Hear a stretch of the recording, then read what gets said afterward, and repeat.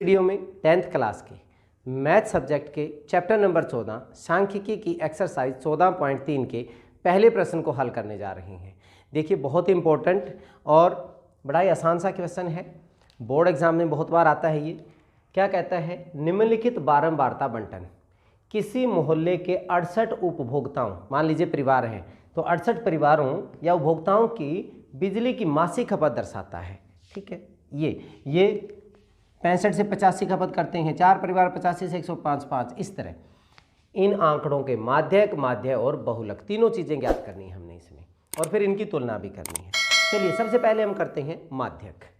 माध्यक का जो हमारा फार्मूला होता है, माध्यक जो सूत्र होता है वो होता है L plus n/2 minus CF upon F into H। ठीक है, L माध्यक वर्ग की निम्न सीमा, N जो है वो इन सब का टोटल है हमारे पास, CF अभी हम निकालेंगे, इसको हम बोलते हैं संचयी बारंबारता, क्यूमुलेटिव फ्रीक्वेंसी।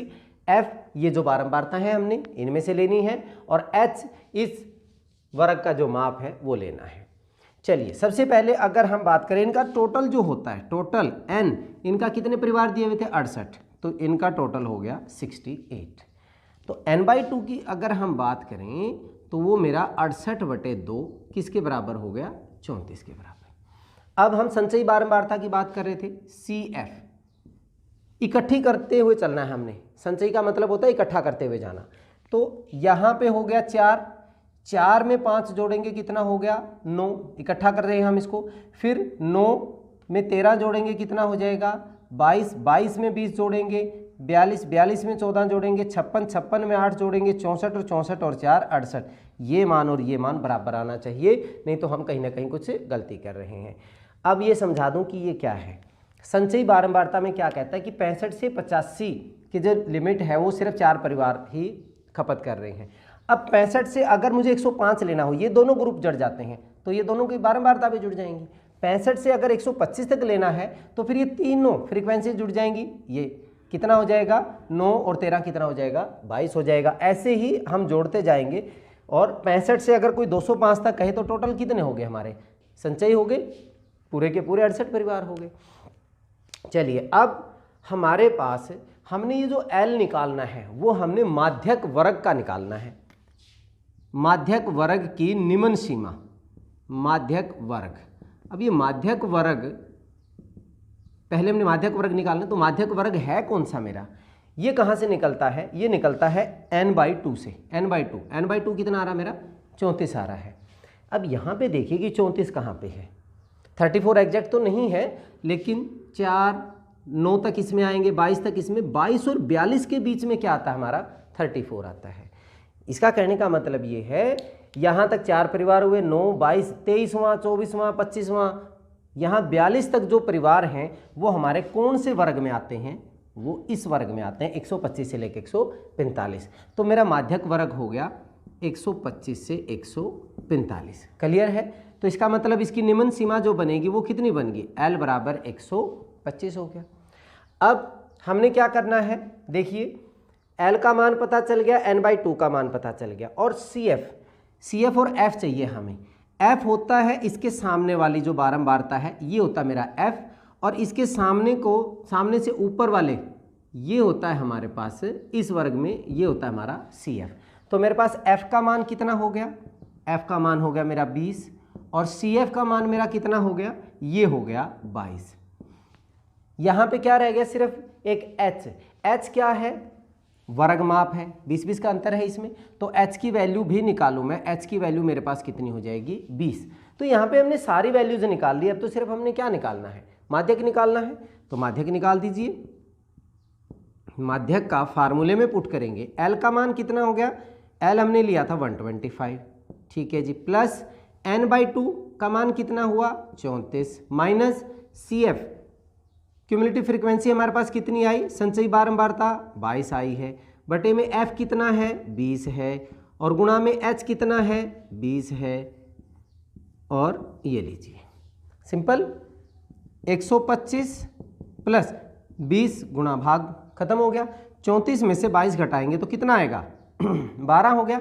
125 में 12 जोड़ेंगे तो कितना हो गया 137। तो माध्यक हमारा कितना हो गया 137।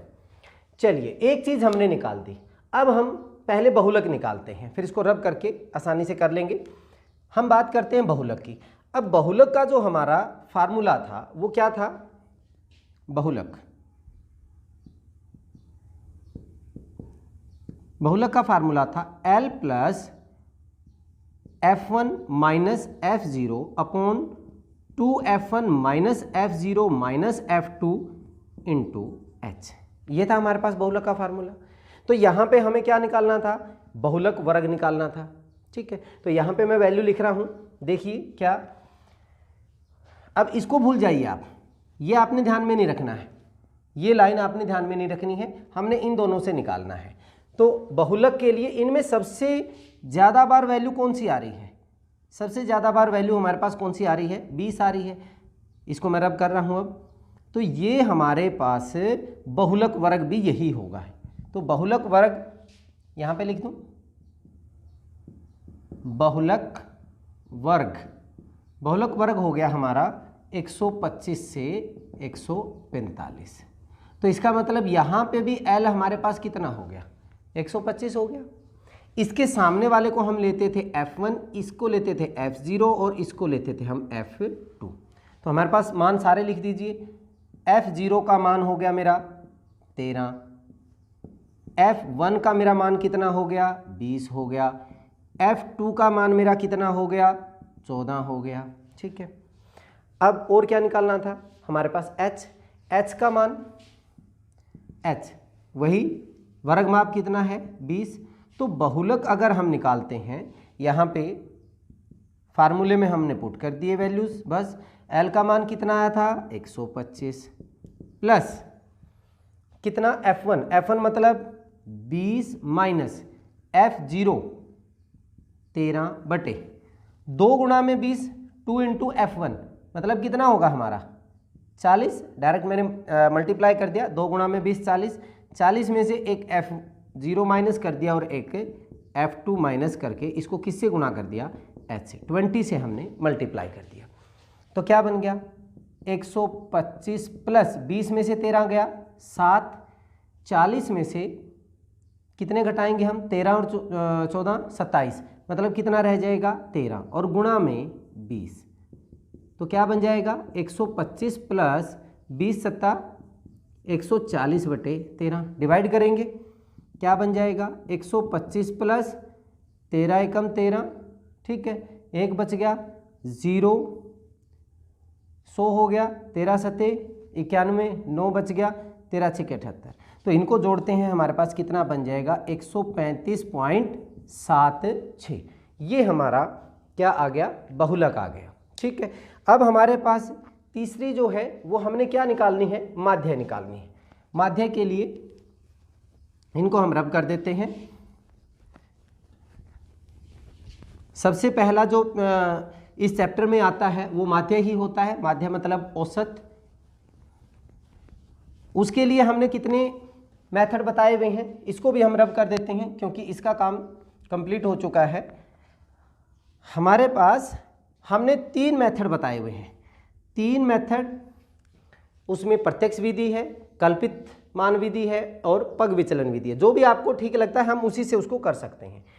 तो यहाँ पे हम सबसे पहले क्या निकालेंगे, हम निकालेंगे वर्ग चिन्ह मतलब xi निकालते हैं तो 65 और 85 के बीच में आएगा 75। इन दोनों को जोड़ें, 2 से भाग कर दें, इनके बीच में क्या होगा 95, क्योंकि 20-20 का अंतर है, 20-20 आप जोड़ते जाइए, 115 हो जाएगा, फिर 135 हो गया, फिर 155 हो गया, फिर 175 हो गया और फिर 195 हो गया। ठीक है, अब अगर हम इनको गुणा करते हैं थोड़ा सा लेंथी हो जाता है, तो हम सबसे ज़्यादा अगर वैल्यूज़ बड़ी हो तो हम कौन सा यूज़ करते हैं पग विचलन विधि से। पग विचलन विधि से हमारे पास जो माध्य बनता है वो क्या बनता है a plus summation fi ui upon summation fi into h। तो a क्या होता था हमारा कल्पित माध्य, मान लेते हैं हम, माना कल्पित माध्य, मैंने कल्पित माध्य ए का मान जो, इनमें से हम किसी को भी मान सकते हैं, हमारी मर्जी है, किसी भी वैल्यू को हम मान सकते हैं। चलिए किसको माने हम, इसको मान लेते हैं, 3 ऊपर 3 नीचे, बीच वाले को मान लेते हैं, इसको हमने ए मान दे दिया, तो ए की वैल्यू हमारे पास कितना हो गया 135। अब हमने क्या निकालना है, यू आई। देखो यू आई का फार्मूला क्या था, एक्स आई माइनस ए अपॉन एच। एच हमारा यहाँ पे कितना है, एच हमारा 20 है, ठीक है। अब 75 में से 135 घटाएंगे, -8/20 कितना आएगा, -3। लेकिन इसके लिए पे मैंने बताया हुआ है जो ए मानते हैं उसके सामने तो 0 लिख दिए, और यहाँ पे अगर अंतर समान है ऊपर और नीचे, यहाँ पे कम हो रहा है तो एक एक कम करते जाइए, इधर प्लस हो रहा है तो एक एक जोड़ते जाइए, ठीक है। अब यहाँ पे क्या निकालेंगे, एफ आई इंटू यू आई, क्योंकि गुणा तो इन्हीं की चाहिए हमें, एफ आई को यू आई से। अब गुणा करना कोई मुश्किल नहीं, 4 को -3 से गुणा करेंगे कितना हो जाएगा, -12। 5 को -2 से गुणा करेंगे, -10। 13 को -1 से गुणा करेंगे, -13। 20 को 0 से गुणा करेंगे 0। 14 को 1 से 14 हो गया, 8 को 2 से 16 हो गया, और 4 को 3 से करेंगे तो कितना हो गया, 12 हो गया, ठीक है। अब इनका जोड़ कैसे लिखा जाएगा, समेसन एफ आई यू आई के नाम से। कुछ माइनस के हैं, कुछ प्लस के हैं, ठीक है। अगर हम यहाँ पे देखें, प्लस और -12 और +12 कैंसिल हो जाएंगे, ये 10 और 13 माइनस के 23 हो गए, -23, और यहाँ पे कितना हो जाएगा, प्लस के 30 बन जाएंगे, ये मैंने काट दिए थे, ठीक है। तो कितना बचेगा, प्लस का कितना हुआ, 7 बचा, ठीक है। अब क्या रह गया, summation F I. Summation F I मतलब इनका जोड़, ये तो हम पहले भी कर चुके हैं, इनका जोड़ तो कितना आएगा, 68 आएगा। तो माध्य निकालिए फिर, माध्य का जो फार्मूला होगा, ए हमने मान कितना लिया हुआ है 135, प्लस एफ आई यू आई का मान कितना हुआ 7 बटे एफ आई कितना आया 68, और इंटू एच हमारा कितना है 20 है, ठीक है। ये हो गया 68। 135 प्लस 20 को 7 से गुणा करेंगे तो कितना हो गया 140/68। डिवाइड कर दीजिए, 140 को अगर आप 68 से भाग करते हैं तो 2 पे जाएगा, 68 दूनी 136, कितना बचा 4 पॉइंट लग गया, 0 छोटा रह गया। फिर यहाँ पे हम 0 लगा के उतारेंगे तो ये 6 या 5 पे जाएगा, 6 पे नहीं जाएगा, 5 पे जाएगा, ठीक है। तो 0.5, तो यहाँ हम 135 प्लस 2.05 जोड़ेंगे तो 137.05 हमारा आंसर आ जाएगा, ठीक है। अब ये थे हमारे माध्यक, माध्य और बहुलक।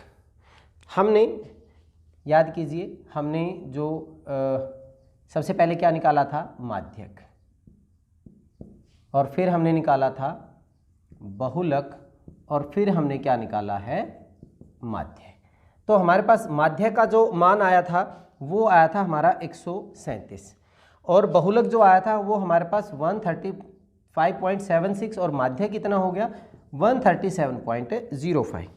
अब देखिए ये कह रहे हैं तुलना कीजिए, यहाँ पे अगर हम ध्यान देना तुलना में तो ये लगभग सारे बराबर ही हैं, 135, 137, 137.05। बस यही तुलना करनी थी कि कोई बहुत ज़्यादा अंतर तो नहीं है। नहीं, तुलना में देखा है कि ये सभी जो मान हैं, केंद्रीय प्रवृत्ति के जो मापक हैं, ये लगभग सभी समान हैं।